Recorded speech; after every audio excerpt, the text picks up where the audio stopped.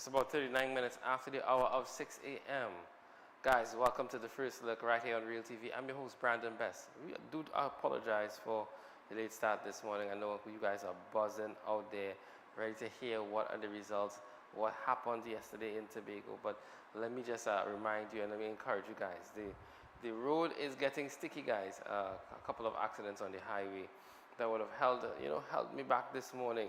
But don't worry yourself, we're going to manage them through and keep you guys always updated.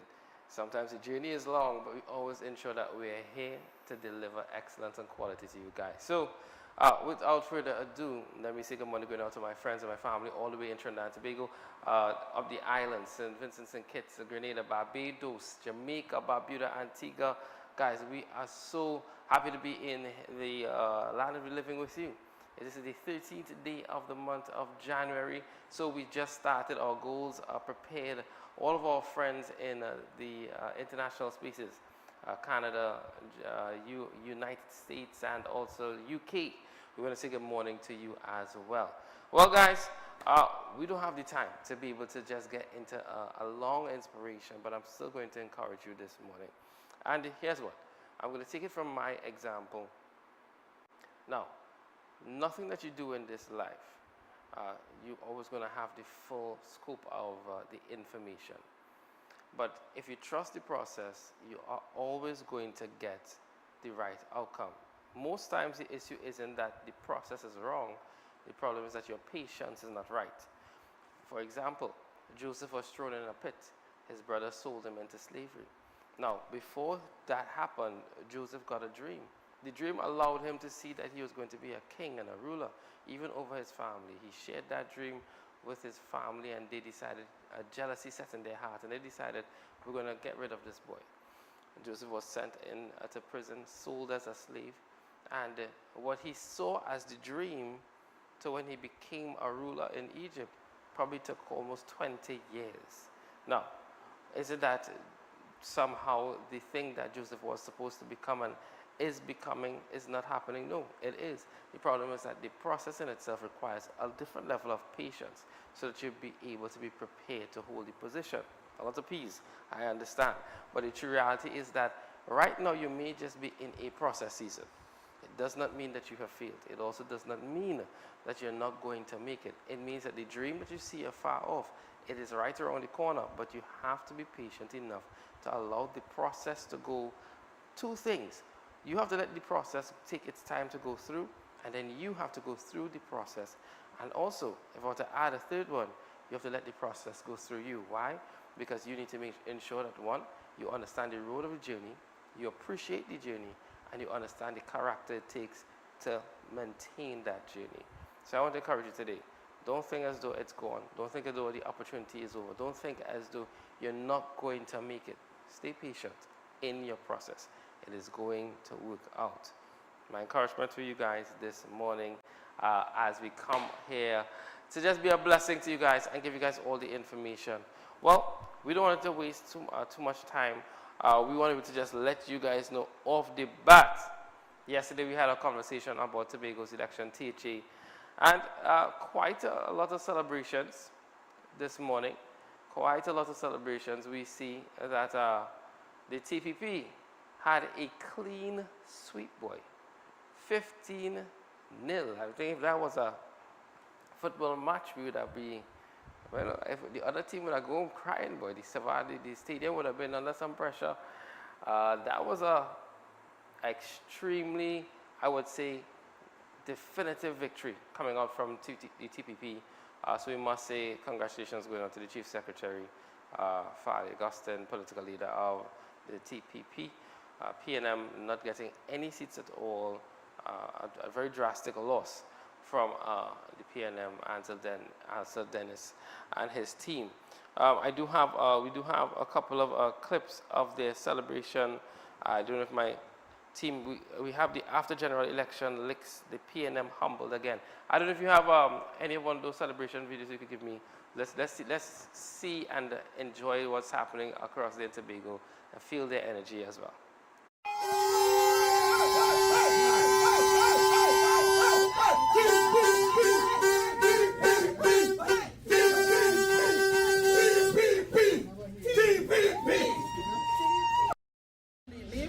18 seats definitely have gone to the Tobago People's Party. Can you say which one is still outstanding? We're still waiting on results for Darrell Spring WIM, where we had an increase in the number of voters coming out to the polls. So we're still waiting for those results. The people have spoken. What next for the party, and how does it lead into what's expected of governance from your party? Well, as usual, we will say thank you. We're very grateful that Tobagonians will have listened to us throughout our campaign period, have understood the challenges that we faced when we ran the last government, and have vested their interest and their hope in our political leader and in our political movement to take the governance of the island forward over the next 4 years. So we are first very grateful, and then we are going to do extensive consultations to help persons to understand all aspects of our blueprint and move together so that we can achieve all of the goals that are set out there. You had some new faces joining the campaign scene, and in fact, representing you in certain seats. Was this a setback for the party, or was it a plus, or what exactly was that strategy to get you stronger and to get that tension on that party? It is reflective of the ideology of our party. The philosophy is that we have a coalition of the competent and the willing working together to achieve all levels of development for our island. So we welcome new faces. We started our party just over a year or so ago, officially, and we brought in persons of all backgrounds, persons from different political parties, able, differently able, etc., and young, older, etc. So welcoming new persons is just a natural process, natural part of building our organization. New ideas, new ways of doing things, and new ways of achieving things, and working together in our diversity. That is what we encourage. So it worked well for us. Talk about getting the youth vote. That is something where people normally say that is the decider in any election, because that's where you pick up votes. What was the TPP's strategy in picking up the youth vote? Youth participation. So you would have seen our young people on our platforms speaking, in the background doing our social media, walking with us, canvassing with us, being part of our education drive, fully immersed in every aspect of our organization. There you have it. Quite a celebratory mood for the Tobagonian people. We also here in Trinidad and Tobago, we celebrate with you. And I think the voices of the people have spoken.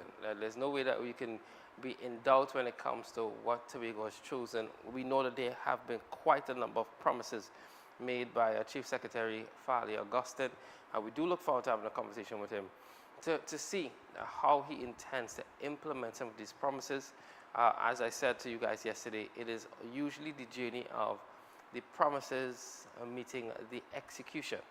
Now that the Tobago's People's Party is now back in government, which we did speak with political activists, political leader as well of the EPP, Gazelle Jackson, yesterday, who also predicted a win. Her prediction coming out with a couple of gray areas, you know. She would have stated that there would have been some bit of a margin this time around, but she did, however, predict that the TPP would have won this election, but with a margin, PNM getting a couple of seats. But in this regard, it so happened that that part of the prediction didn't work out, because this was a absolutely clean sweep by the TPP. So we look forward to see how the execution of the promises work out. We look forward to hearing from Mr. Augustine as well. We want to congratulate him, congratulate his team. We want to congratulate the people of Tobago. I pray that your decision is made, and I pray that what you voted for is exactly what you receive. We have quite a lot ahead of us as a country and as a nation. So this is a good time, good season. We know that there may be some persons who are not as happy with the results, but that is okay. You did your best. You went out to the polls and you made your vote. And that's what you need to do. You operated your constitutional right, and we're happy about that. So here's what. We're going to take a short break and come right back. And what we do, we're going to jump into quite some other news, give you guys some information, and update you all on all that is happening right here in Trinidad and Tobago and across the world. Don't forget, this is the first look right here on Real TV. My name is Brandon Best. I'll see you guys soon. You're viewing Real TV. Thanks for choosing us. Macon Construction Company Limited. Save big whilst building stronger.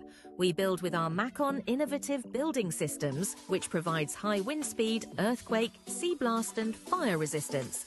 Is thermally and acoustically insulated. Provides improved construction timelines and cost savings. We provide construction services from design to finish and everything in between. Macon Construction Company Limited. Building green today with tomorrow's technology. Contact or visit us today. Ready to take your sales career to the next level? If you have a passion for connecting with clients, building meaningful relationships, and delivering results, we want you on our team.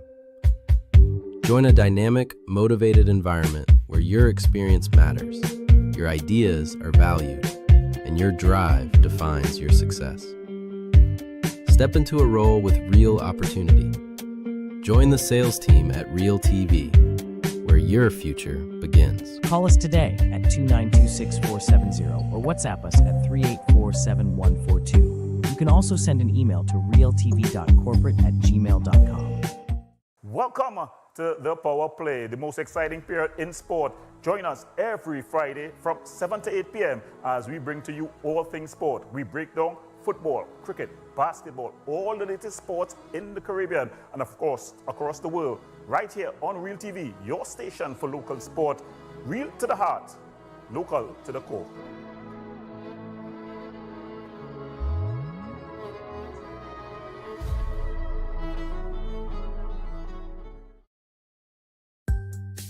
You're viewing Real TV, ultimate in programming. Thanks for choosing us.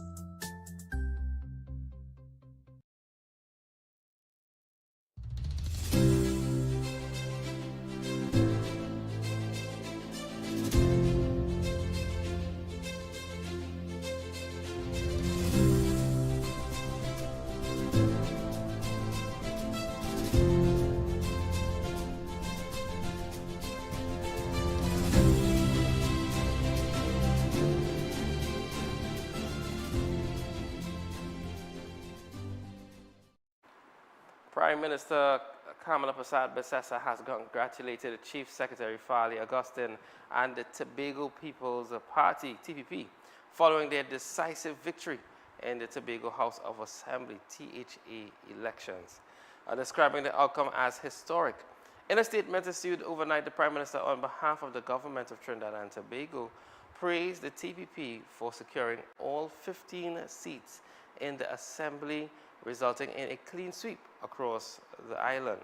She also commended the people of Tobago for the peaceful conduct of the electoral process and said the results reflected a strong mandate and a clear confidence in the leadership and vision presented by Augustine and his party. This outcome reflects the confidence of the Tobagonian electorate and in the leadership and vision presented for the future of the island, the Prime Minister said. Persad-Bissessar said the government looked forward to continued cooperation and constructive engagement with the Tobago House of Assembly as it works to advance Tobago's social, economic, and institutional development. She extended best wishes to Augustine, the elected Assembly members, and the TPP as they assumed office, expressing hope that they would be guided in their service to the people of Tobago. The TPP's victory marks its second consecutive term in office and further consolidates Augustine's political dominance on the island, following the party's success in winning both Tobago parliamentary seats at the April 2025 general election. So there you have it. The Prime Minister also sending her congratulations over to Tobago as well, stating that, they're willing to work with the TPP to ensure that Tobago has and gets all that it needs. Listen, it's a bright day for all. Whenever there's an opportunity to, elect your leadership, to get your voice heard, to put your stamp where you believe it is, I think that is a good time. And when we get the results that we want, I think that in itself also, you should feel proud of yourself. So we start with the Prime Minister. We continue to congratulate the TPP for their excellent work. It speaks to the type of work that they would have placed on the ground. And, you know, in the video that we listened to before, we heard the activity that is taking place not only in the party but by its youth arm. And I think if another party is looking at coming up through the ranks in the next coming years, I think that there's some things that you can take pattern for to be able to really, really work the ground well enough to establish yourself as a viable option. If you believe that you have something to offer your nation, I believe that take the time, take your notes, lick your wounds. Now's not the time to cry. Now's the time to be able to take pen and pencil, lick those wounds, take some notes, and then come back again. If you believe that you have strong representation, then put what you have to the forefront. We'll be right here to cover you, to cover your story, and to ensure that we see what the next election looks like. As for now, we are extremely proud and happy to see a victorious outcome that I believe the people of Tobago are excited about. So, congratulations again. I mean, I love Tobago. I think it's a good season that all of these things have already started. Quite an interesting lead up to the year. Wouldn't you guys think? We have literally had a president, a Venezuelan president, being abducted from his home. Then we had our Tobago elections. We had quite a lot of issues as pertains to these traffic fines, which we're going to get into. We're definitely going to have an in-depth conversation on that potentially tomorrow when we get our guests to come in.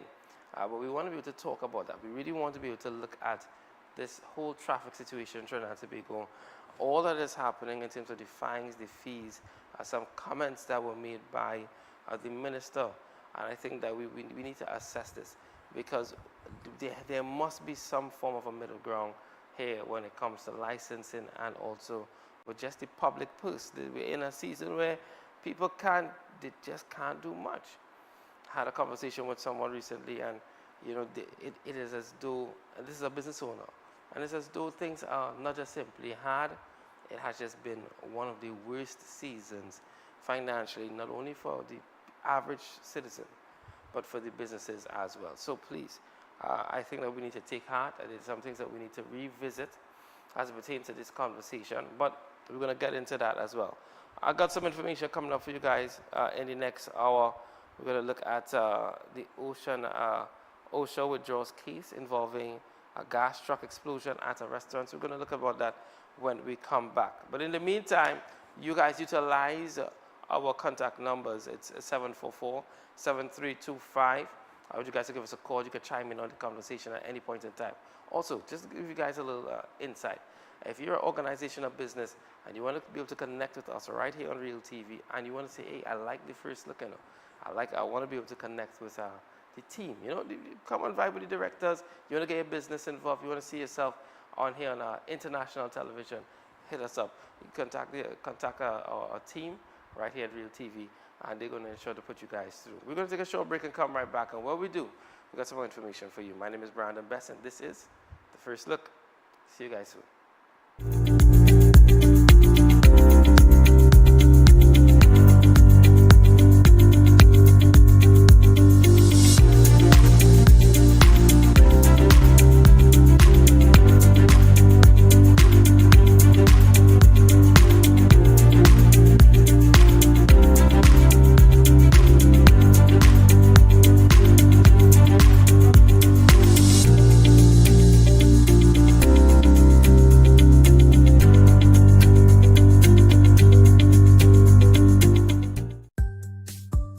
Viewing Real TV, ultimate in programming. Thanks for choosing us. Every word, every line, every paragraph depicts a real moment in someone's life. A father, a sister, a mother, a brother. We at Newsday are dedicated to you, the people, and through independent, unwavering journalism, strive to always bring your stories to life. Because your stories are more than just words. Newsday, independent and credible. Hi, I'm Zalisa Budu Singh Rupani, and I'm inviting you to join me for Conversations with Zalisa right here on Real TV. It's not just another talk show, it's a space for real stories, real insight, and real impact. We cover it all: health, law, parenting, relationships, drug and substance abuse, mental health, social issues, and so much more, with expert guests who help bring clarity to life's most important questions. So, whether you're looking to be informed, empowered, or simply inspired, this show is for you. Weekdays at 10 a.m. with repeats on Real TV.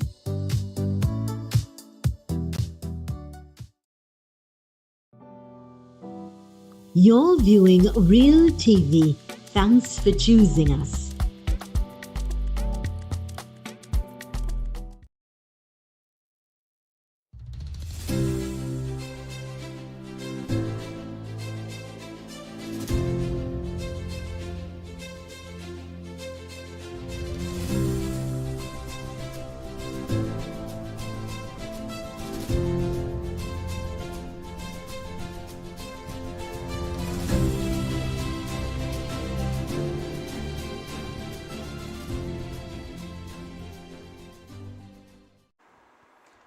Welcome back, just about 1 minute after the hour of 7 a.m. You guys are on the first look right here on Real TV. I am your host, Brandon Best. Wonderful morning to you guys. I hope you are having your breakfast already. If you're on the road, I am guarantee you're probably in traffic.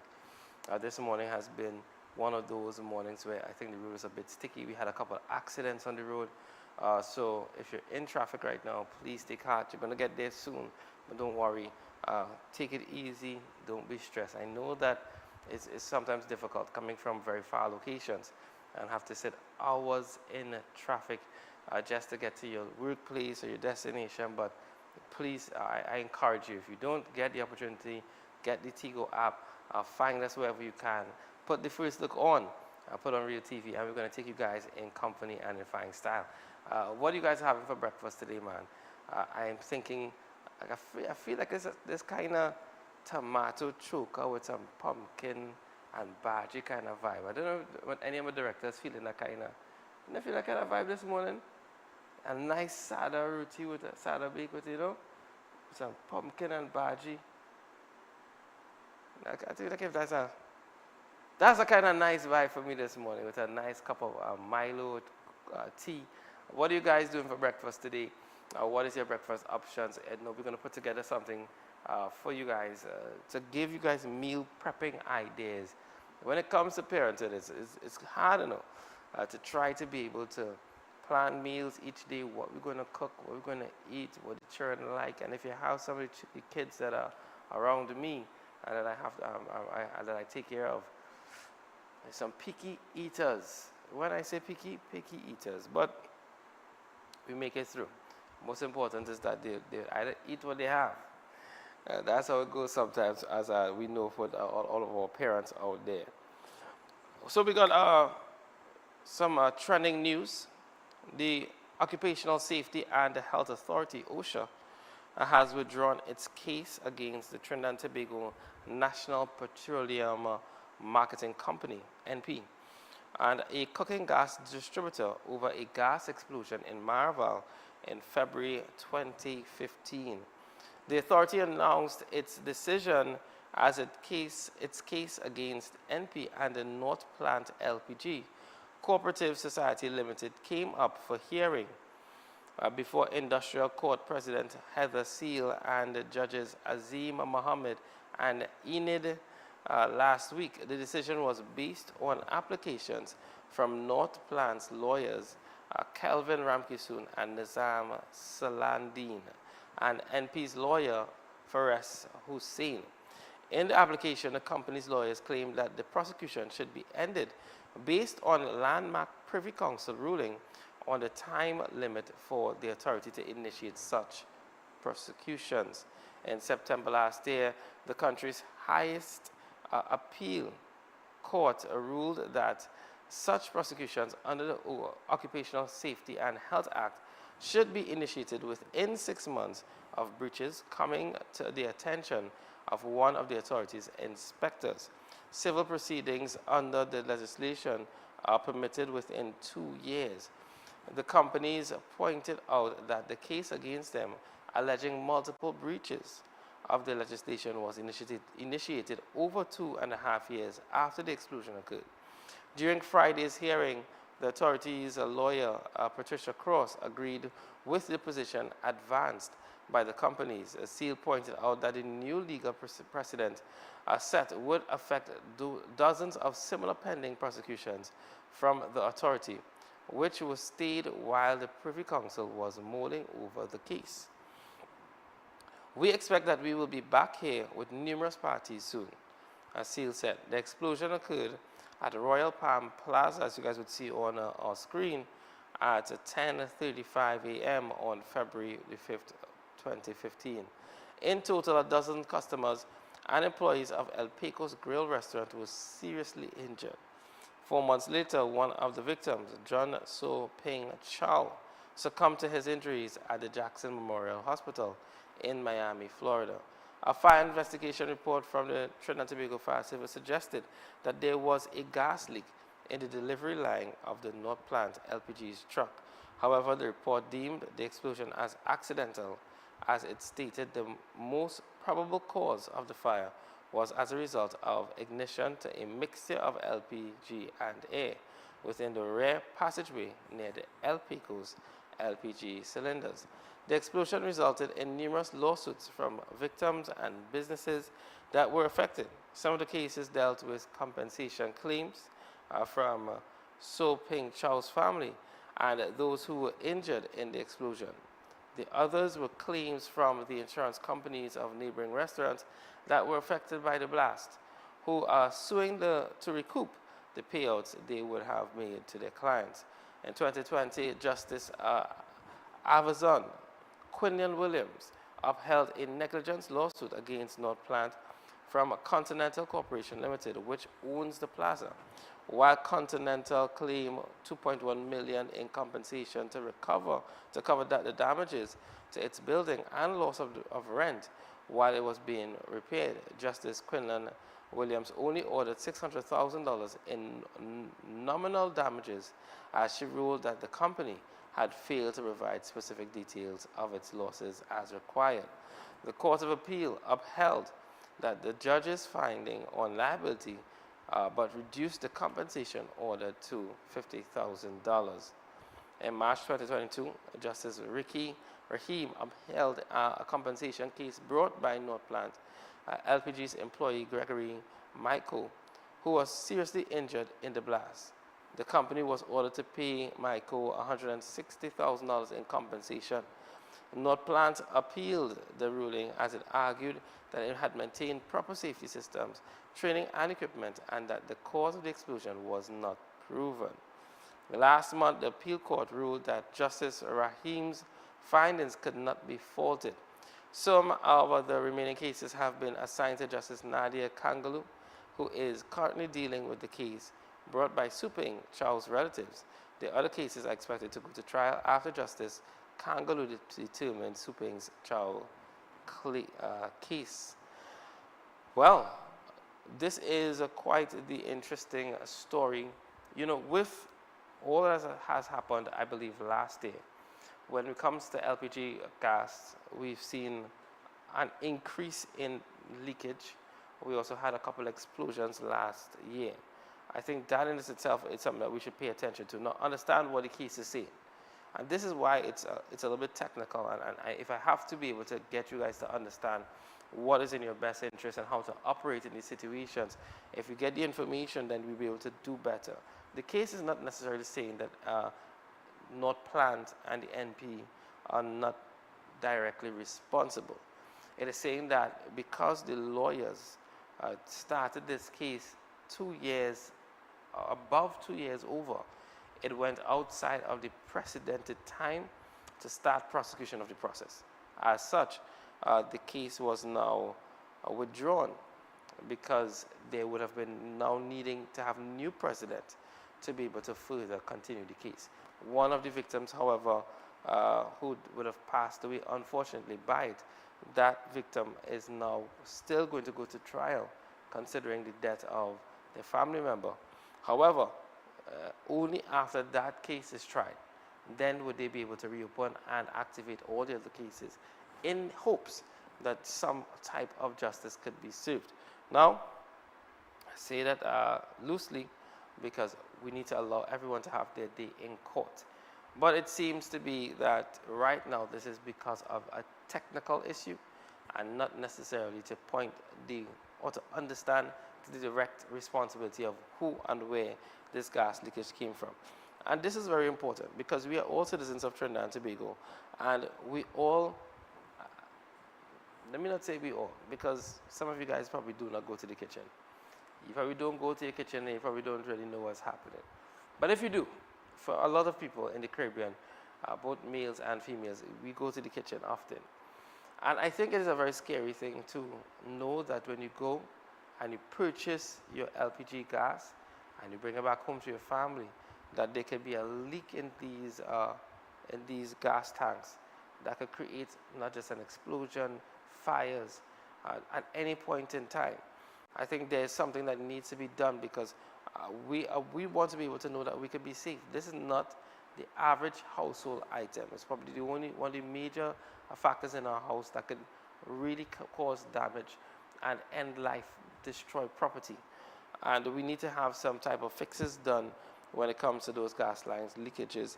Now, this particular case was since 2015, but we also know that in 2025, just over 10 years later, we've seen a rise in those gas situations, and we are hoping that we can get them curbed or at least figure out what is happening so that those who are responsible can either compensate or we ensure that we rectify the problem so it doesn't happen again.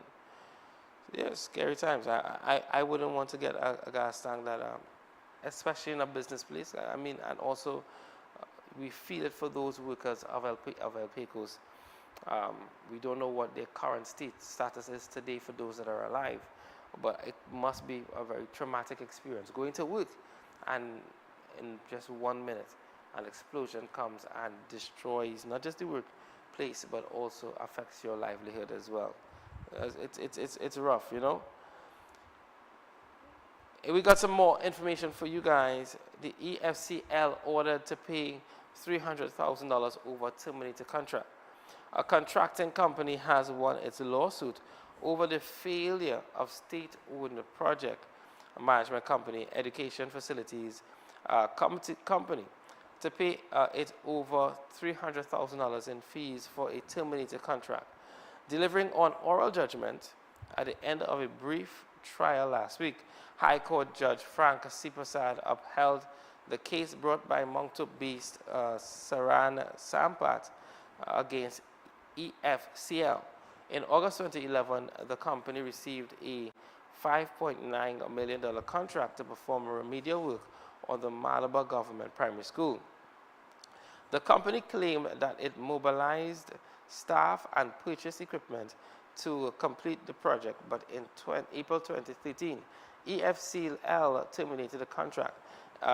EFCL claimed that it had instead decided to award the contract for the work by open tender and apologized for the change in the tender process. The company made a claim for loss of profit and standby resources, although EFCL made an offer of $327,000 to fully settle the claim, which was accepted by the company. No payment was ever made. The company filed the lawsuit after it made several unsuccessful attempts to get EFCL to settle the issue. In upholding the case, Justice C. Prasad ordered the compensation sought. EFCL was also ordered to pay the company $45,000 in legal costs. In early 2022, EFCL made an application for the company to be wound up due to significant debts it could not service. In its petition, EFCL acting Chief Executive Officer Gayatri Badri Maharaj sought to detail the company's current assets and liabilities. She noted that the company had 79 unsatisfied judgments, awards dating back to 2016, and totaling $321 million, 30 pending lawsuits in the High Court and Industrial Court worth over $119 million, and legal claims which are yet to be filed totaling $47 million. It has also a $156 million balance on a syndicated loan agreement with RBC Limited, which it entered into to help finance the construction of schools in 2017. Badri Maharaj also pointed out that the company's 41 employees have not been paid since September 2021 and were owed approximately $2.7 million. Badri Maharaj explained that the companies derive its income solely from project management fees based by the Ministry of Education. She claimed that in 2016, the company's active projects were reduced from 118 to 20 schools, and in June 2020, it received instructions from the ministry to cease engaging contractors. She claimed that the company's accounting software indicated that the ministry still owed $44.8 million in project management fees and $889 million in construction costs. In a decision in July 2023, High Court Judge Carol Gobin dismissed the winding up petition, which was opposed by several contractors with outstanding debts. Had the petition been granted, a court-appointed liquidator would have been mandatory and mandated with selling the company's nominal assets to repay its creditors. Considering when the petition was filed, EFCL's asset consisted of $4,500 in its account at RBC and $46,000 in office furniture.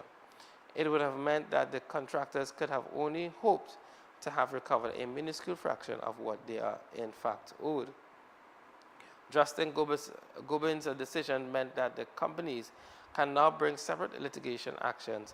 Members of EFCL's board who served between 2015 to present, the Office of the Attorney General and the Ministry of Education or the Minister of Finance to recover their debts. In deciding on the petition, Justin Gobin had to consider whether Section 355 of the Companies Act, which prescribes the procedure for court-order liquidation, could apply to state-owned special purposes companies such as EFCL. She noted that it could not, as under the Constitution and legislation of the Minister of Finance, as the company's corporation sole is required to report to Parliament on its financial well-being. She pointed out that such a duty for transparency and accountability does not apply to all private companies. Quite a lot coming out of this particular case, and I really wanted to get into as much as I could for you guys to see. Now, we're going to discuss this. We're going to take a short break. We're going to come back and discuss this because I want you guys to see the moving parts of this conversation. It's not just simply a company that owes here. You're talking about an organization, because at first, you could become, it gets very scary. You're talking about $332 million outstanding bill payments to contractors and debt, and additional $44 million, and additional $119 million, and you're like, this company is never going to be able to come out of the situation. But in this article as well, we see that the government also plays a part, and I want to touch on this because I have actually also encountered persons, contractors myself, who I personally know as family members, have also gone through a cycle that this organization is going through, and potentially it's not just simply mismanagement of all these millions of funds, but what I'm going to touch on, we're going to look at it when we come back. We're going to deal with it because we're going to have to ask some real hard questions and get some answers, because I think that this type of thing is unfair where organizations are concerned. I'm not the judge involved in the case, but I could see some things that I believe we should be able to highlight. This is about 18 minutes after the hour of, rather 19, after the hour of 7 o'clock. You guys are on the road right now, heading to work, getting your breakfast, taking your children to school. We want to say good morning again to you, all of our friends up the island. What a go on? How you all doing? I hope you all are okay. We're going to take a short break and come right back. This is the first look right here on Real TV. I'm your host, Brandon Best. I'll see you guys when we come back. You're viewing Real TV. Thanks for choosing us. Macon Construction Company Limited. Save big whilst building stronger. We build with our Macon innovative building systems, which provides high wind speed, earthquake, sea blast and fire resistance. Is thermally and acoustically insulated. Provides improved construction timelines and cost savings. We provide construction services from design to finish and everything in between. Macon Construction Company Limited. Building green today with tomorrow's technology. Contact or visit us today. Ready to take your sales career to the next level?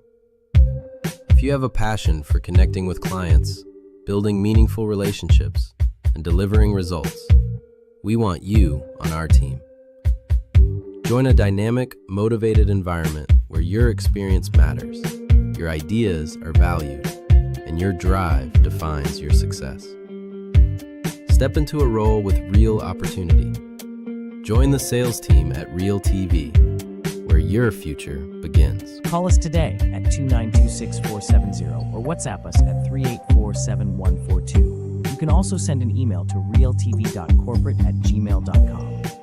Welcome to the Power Play, the most exciting period in sport. Join us every Friday from 7 to 8 p.m. as we bring to you all things sport. We break down football, cricket, basketball, all the latest sports in the Caribbean and of course across the world, right here on Real TV, your station for local sport. Real to the heart, local to the core.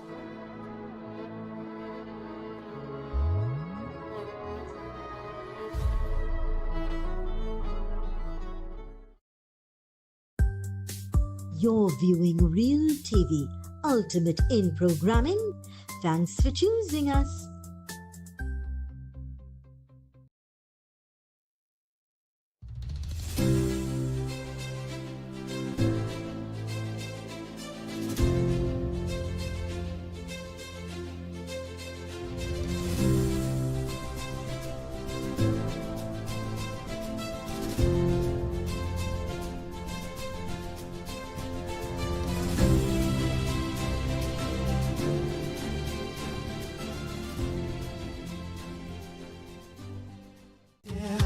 Good days find me this year. Grace surround me, blessings follow, favor near. I receive it this year. Doors wide open this year. Hope in motion, everything God promised me. I receive it, I receive it. Hey! Da da da da da da da da da da da da da da. I receive it, I receive it. Da da da da.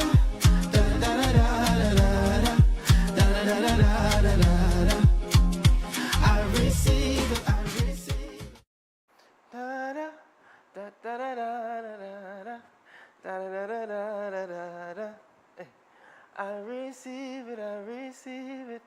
Da da da da da da da da da da da da da. I receive it this year. This year we're going to receive blessings and the grace and the mercy and the favor. Welcome back, just about 23 minutes after the hour of 7 a.m. Welcome to the first look right here on Real TV. I hope you guys are awake now. You're up, you're getting ready, or you're out on the road, and we're excited to have you with us this morning. Before we went to the break, having a conversation here on a ruling that happened with an organization, in particular a contractor, right? And I want to be able to touch on a few things because this has been an issue in Trinidad and Tobago for some time. You know, when it comes to the private sector, you know, there is such a hard, what you consider hammer approach towards debts that are owed, when people should pay, or when companies should pay, is not the same when it comes to dealing with the government. So this organization is being more or less sued in order to pay, all right, $300,000 over a terminated contract. However, they also understand their financial position. The CEO of the company is saying, here's what, we are in not average debt, but no, like super normal debt. We have bills amounting over when you calculate it all, that's close to about $500 million in debt that they have. They were trying to close the organization, to file bankruptcy, and then they were advised not to do so because, well, one, they didn't have much money in their bank accounts, and then two, the asset value that they have is still not enough to liquidate even their debtors. So it would have meant most of their debtors walking away from the table with almost nothing. By the way, this is the first look, so my job is to ensure that you really understand, because we can give you guys the information and then you don't really understand what is the background of all this, and my job is to help you really see behind some of the things that you hear and also that's put before you, all right? That's what makes it a little bit different here.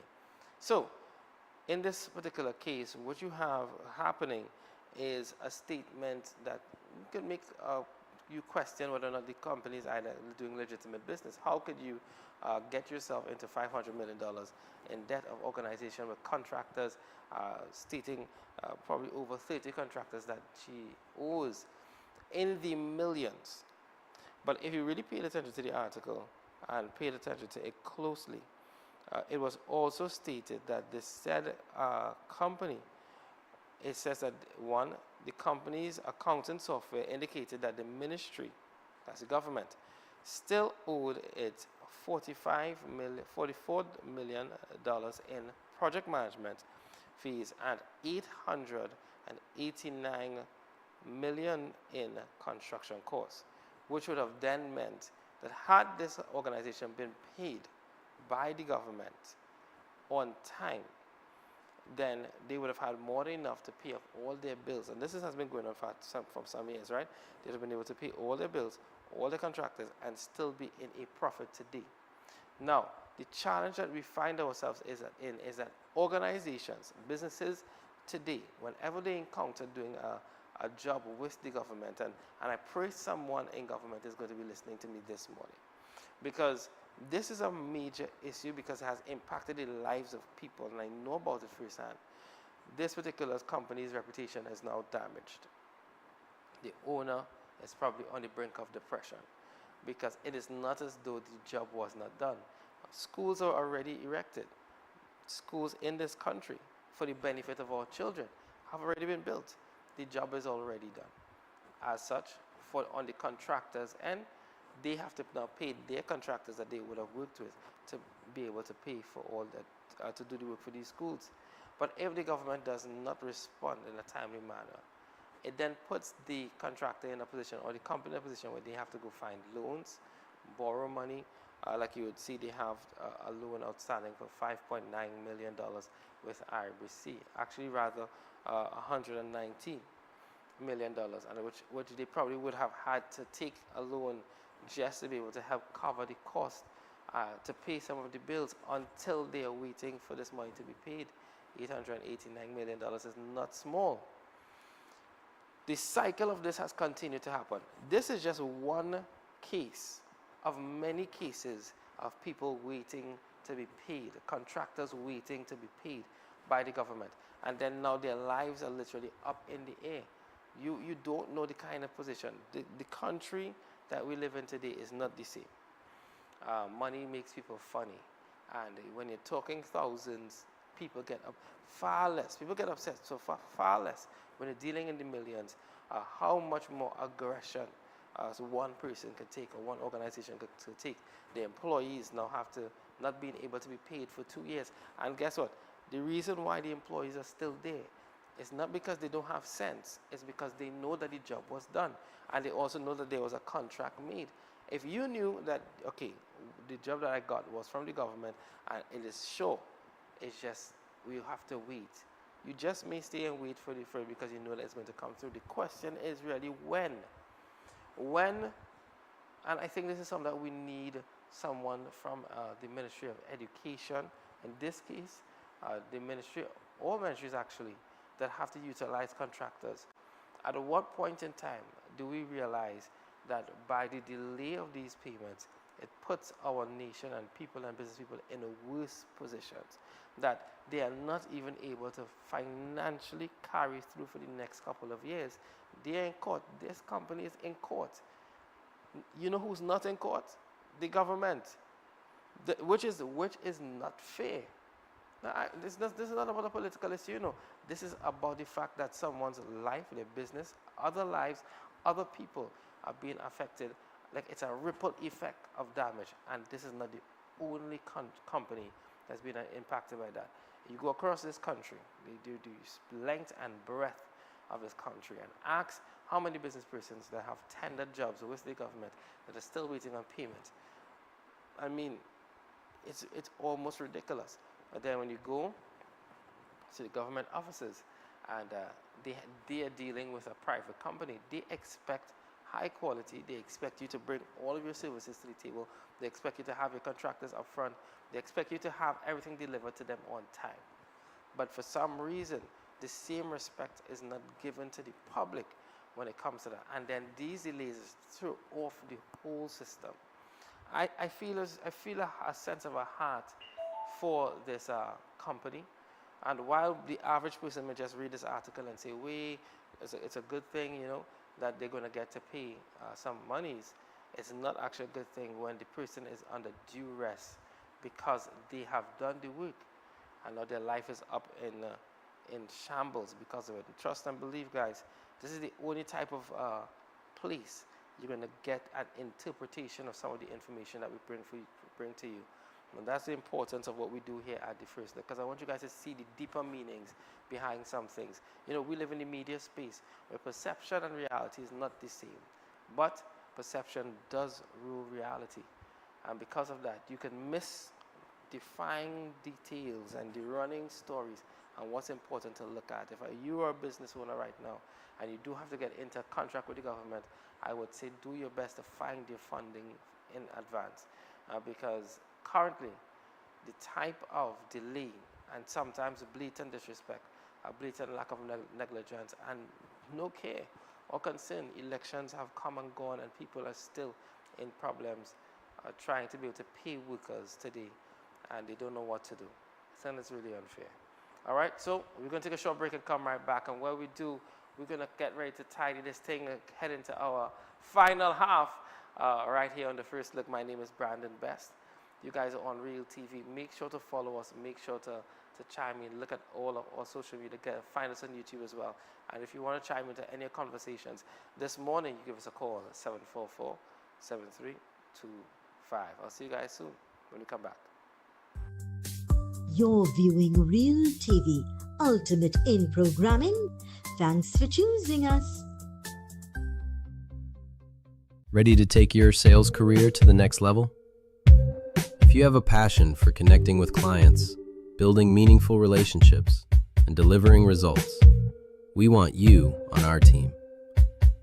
Join a dynamic, motivated environment where your experience matters, your ideas are valued, and your drive defines your success. Step into a role with real opportunity.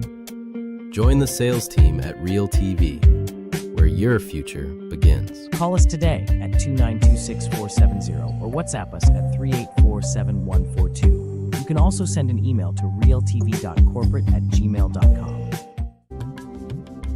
I am Zalisa Budusing Rupani, inviting you to join me for the rebirth of Apne Sitare, Our Stars, a vibrant and spectacular show celebrating the incredible local talents of the sons and daughters of Trinidad and Tobago.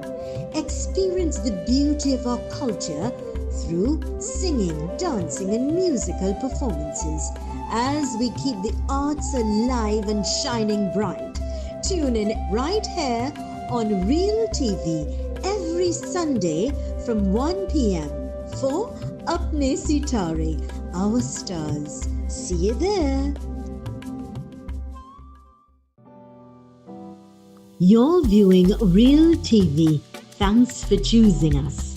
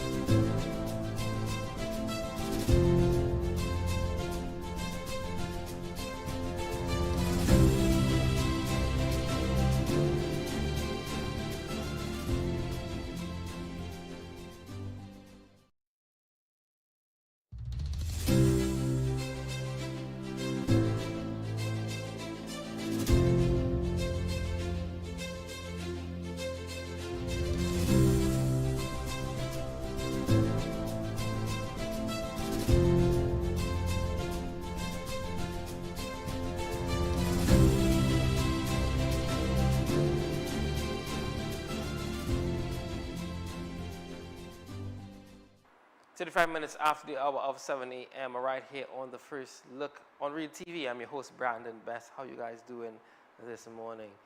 It's 13th day of January, 2026. Where did the time go? Where did the time? It seems as if it's flying, isn't it? Well, I don't know about you. I know. Okay, let me be fair to some of those who are experiencing the 52 days of January. You know, I think we could coin a song.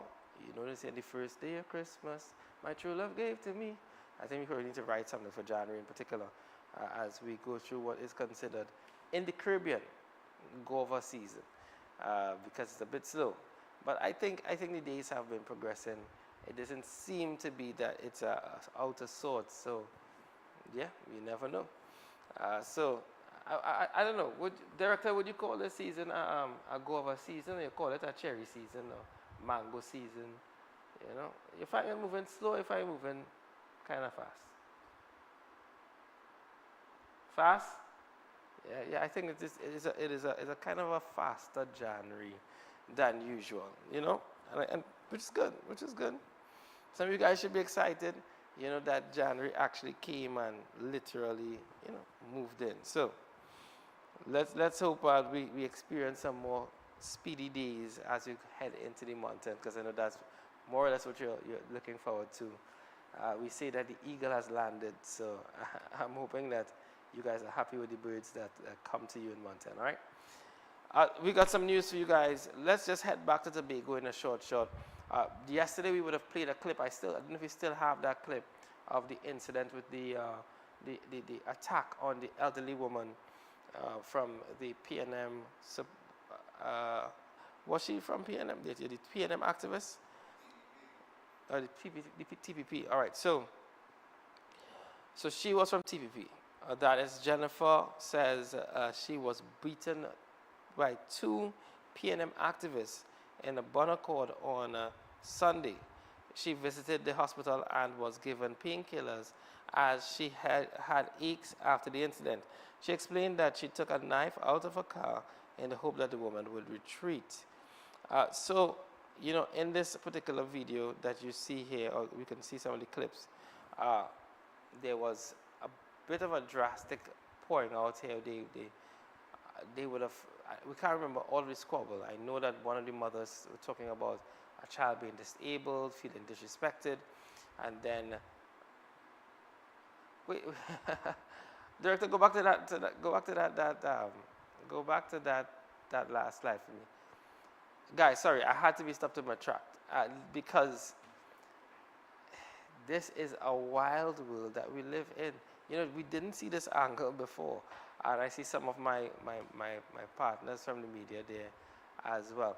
But it's such a weird reality, how the world that we live in now, that an elderly woman is literally being abused with flags and hit and cuff, and because we have to report it. News has to be given.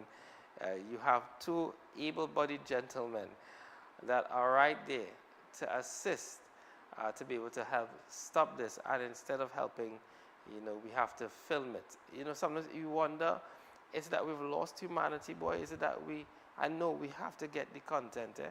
I know that we have to be able to put it up on the screen, and we have to be able to show it. But I mean, to stand there and literally watch somebody be attacked and not want to do anything for the sake of content, I wonder where's our humanity. But let's get back to the story. The Trinidad and Tobago Police Service has issued warnings to Tobagonians that officers will act firmly against misconduct. As we know that persons would have went to the polls yesterday, and thankfully it didn't end in a violent outcome as this one. But this lady Jennifer stating that when questions arose about her having a knife in her hand, she said that she had to go retrieve the knife because she felt threatened and she was trying to defend herself. Yes. And she said, also it states that she hoped that the woman would retreat. I think this in particular is something that we need to get better with. As I would have shared yesterday, at the end of it all, your elections, Tobago, listen, your elections are done, you know, and now you have to go back to your home, your neighborhood, your village. You had to go be there cooking food and sharing with everybody. And now what is going to happen with the relationships that were just there? You know, it's one thing to fight for, and then it's another thing to fight with. In our country, we need to learn the difference. And I want to encourage you, learn how to fight for. Stop fighting with. What do I mean? We take our issues to ourselves where we want to fight with individuals. Like what we saw yesterday happen in Tobago with Mrs. Jennifer and those two PNM ladies. We see persons fighting with each other, creating conflict, attacking an elderly lady. But the goal here is to fight with. But if the goal was to fight for example, if all of three ladies, if the objective of yesterday was to be able to fight for Tobago, then they would find it very difficult to attack each other. Because at the end of the day, whether they be on different sides of the political divide, their goal is to fight for their country. They both believe that what they're trying to do is for the best interest of their country. And if we find ourselves able to focus in more on the decision to fight for something, you realize it's much harder to fight with people and to attack others. This is an elderly woman. I know that some comments did come out, people thinking, you know, why she had a knife, but she clearly stated she felt that she wanted to ward off these attackers. So we do hope that all is well. I know that, you know, this may proceed afterwards, but let's hope that tensions do die down. Well, in some other news, let's give you guys something a little bit about what's happening in Trinidad and Tobago right now. It is carnival season.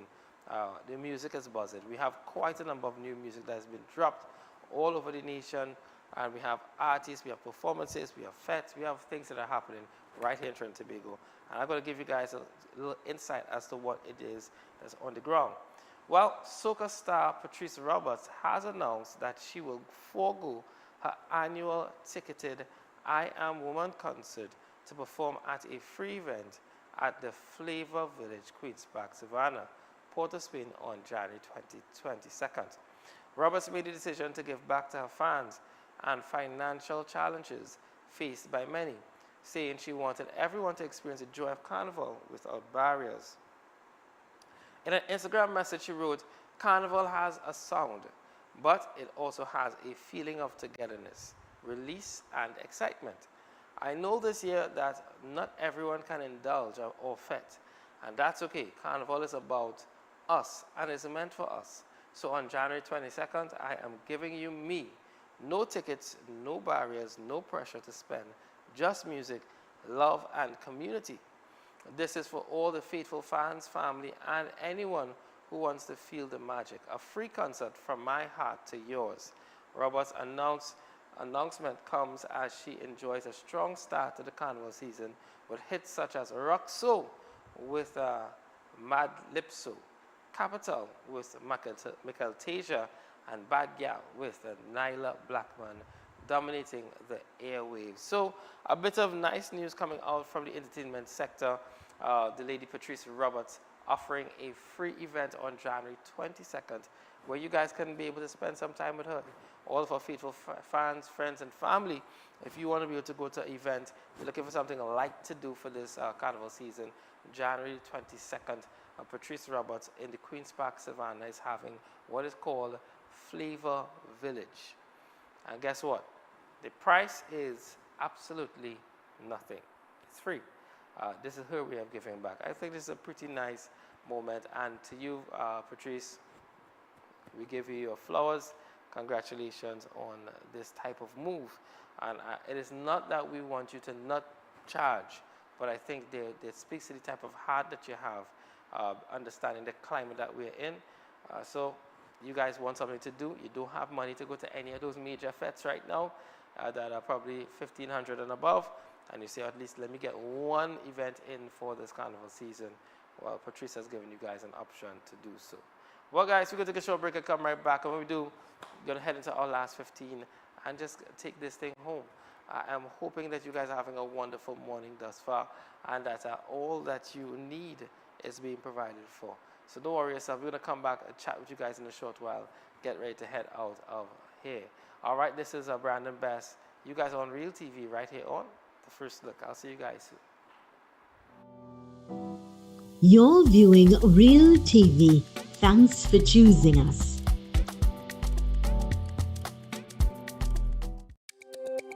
Every word, every line, every paragraph depicts a real moment in someone's life. A father, a sister, a mother, a brother. We at Newsday are dedicated to you, the people, and through independent, unwavering journalism, strive to always bring your stories to life. Because your stories are more than just words. Newsday, independent and credible. Macon Construction Company Limited. Save big whilst building stronger. We build with our Macon innovative building systems, which provides high wind speed, earthquake, sea blast and fire resistance. Is thermally and acoustically insulated. Provides improved construction timelines and cost savings. We provide construction services from design to finish and everything in between. Macon Construction Company Limited. Building green today with tomorrow's technology. Contact or visit us today. Hi, I'm Zalisa Budusing Rupani, and I'm inviting you to join me for Conversations with Zalisa right here on Real TV. It's not just another talk show, it's a space for real stories, real insight, and real impact. We cover it all: health, law, parenting, relationships, drug and substance abuse, mental health, social issues, and so much more, with expert guests who help bring clarity to life's most important questions. So whether you're looking to be informed, empowered, or simply inspired, this show is for you. Weekdays at 10 a.m. with repeats on Real TV.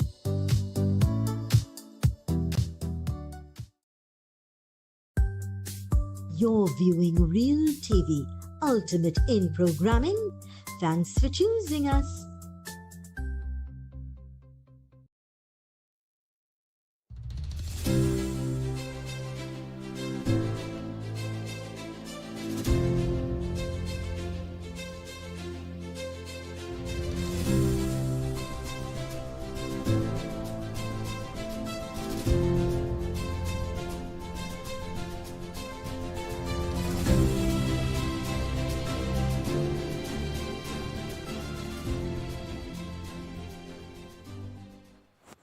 Just about 12 minutes to go to the top of the hour of 8 a.m.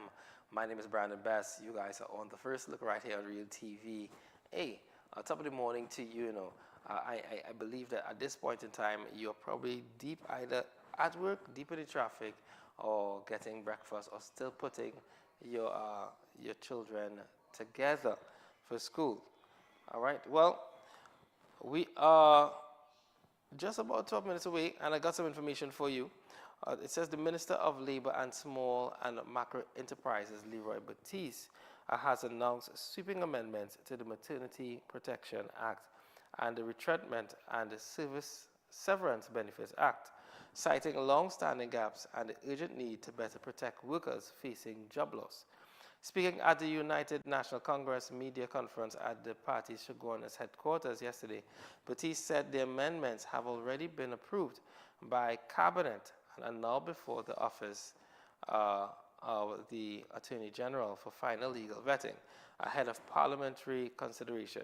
He underscored the urgency of reforming the RSBA in the wake of the announcement on Friday of the pending closure of the Newsday newspaper, which has placed workers at risk of retrenchment. My heart goes out to anyone who would have lost a job or is facing the breadline. And the one thing I want to ensure is that if something like that happens, that we offer maximum cushion that allows them to transition into some other gainful employment. But he noted that while the RSBA was designed to protect workers who are retrenched, the compensation framework and procedures are outdated and leave many workers without representation or adequate support. The compensation is outdated. The procedure leaves a lot of people unrepresented if they are faced with being on the breadline. This is what the intent there is, to treat with the gap and to close the gap so that the people get the maximum level of support if they are being faced with a job loss, he added. But he said several loopholes in the existing RSBA have been exploited by employers, particularly in how redundancy is defined under the law. Redundancy is deemed to be surplus labor only, and therefore an employer could have easily avoided obligation to workers if they cry insolvency. If they discontinue operations or close their doors, he explained. Under the proposed amendments, the definition of redundancy will be expanded to include insolvency, receiverships, and other forms of business discontinuation, ensuring workers are not left without recourse when operation ceases. He also confirms the government's commitment to establishing a guaranteed severance benefits fund, which will ensure that money is set aside to pay workers in the event of separation. I hope you guys are paying attention to that.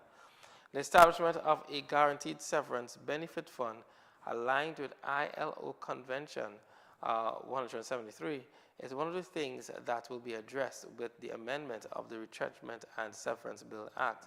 But he said Trinidad and Tobago does not have such a fund, meaning severance payments depending largely on the financial capacity of employers at the time of retrenchment. Expanded parental rights under the Maternity Protection Acts.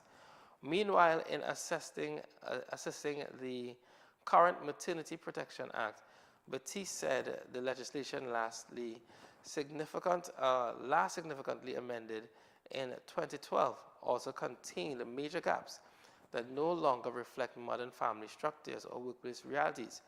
Among the proposed changes are provisions for paternity leave and parental leave rights for fathers and adoptive parents, including, that's pretty good, circumstances where a mother dies during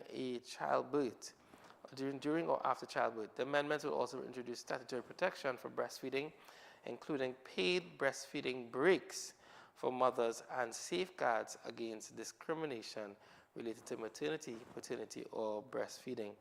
Mothers will be statutorily protected by breastfeeding and be allotted time with pay. Batiste said the legislation will introduce appropriate fines for employers who breach these protections and extend clever rights to contract workers who are often excluded from benefits under the framework. But he said matters arising under the amended act will be fast-tracked through the courts to allow for immediate redress. He also criticized the existing rule that restricts women from accessing maternity benefits more than once within a 24-hour period. Currently, we penalize women by saying that they can apply for maternity benefits once in 24 months. It is not for us to get involved, he said, signaling that this restriction will be removed because Batiste maintained that the proposed amendments will have a far-reaching and positive impact. This act will make a serious impact on women, fathers, and adoptive parents, he said. Academic support calls for regular review. All right, so here we see the minister giving us some information on the Retrenchment Act policy and Maternity Act policies. Some pretty interesting and good stuff that's coming out of this. The conversation is not a bad one.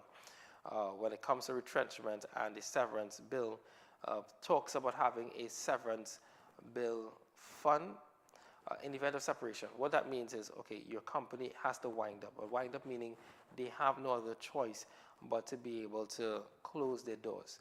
They're going to implement some more terms to the statement redundancy. So that redundancy doesn't just simply mean, overload of people on the same job, but it's going to now give more definition to it, which kind of gives you more protection. Because to claim or to prove redundancy, one may now have to define them based on all the other criteria, not only the fact that my job could be done by somebody else, or it's routine, or we just have too many hands. This kind of keeps people employed longer, or at least give them some cause of redress when it comes to them fighting for their jobs, and also keeping some type of benefits. But they are looking to put in place a severance benefits fund. As they said, they want to be able to pay persons while they are home, or at least during separation, while the company decides if it's going to be winding up or if it's going to resurface right after. They're also going to implement in the Maternity Act as well as breastfeeding time off that's paid. I like this conversation because I feel as though if you don't have a healthy family, you don't really have a healthy workplace. You don't have healthy children. You don't have a healthy school. I like the fact that the Ministry of Labor is actually looking at ways in which they can make the family life dynamic a lot better. Also talking about paternity leave, which a lot of people have been asking for, and at least one that makes sense to fathers. And what they included here was even adoptive parents, which means that you don't really have these children as your own, but you brought them in, and you too, you're a parent, but you have life to live, and that you would be able to get some benefits from this act as well. So we look forward to hear and see what is going to come out of this. We really hope that this is not just an opportunity to be able to give information, but we see these things implemented. All right? Well, guys, it's just about 4 minutes at the top of the hour, and I'm going to get ready to make my way out of here. This has been a wonderful and a beautiful 13th day of January, and I hope that you guys are doing well each and every day. Director, I want you guys to help me close this show off with the song. Give them some vibe, let's give them some energy. It's a Tuesday. We're going to go over into what is considered hump day tomorrow, but we're going to ensure that we do this in style. I hope that you guys had a wonderful day. We're going to keep you guys updated and always informed as we go along the rest of this week. My name is Brandon Best. This is The First Look right here on Real TV. Weekdays 6 to 8 a.m. You can catch us right here. Let's get the music, man. Yeah. Good days find me this year. Grace surround me, blessings follow, favor near. I receive it this year. Doors wide open this year. Hope in motion, everything God promised me. I receive it, I receive it. Hey! Da da da da da da da da da da da da da. I receive it, I receive it. Da da da.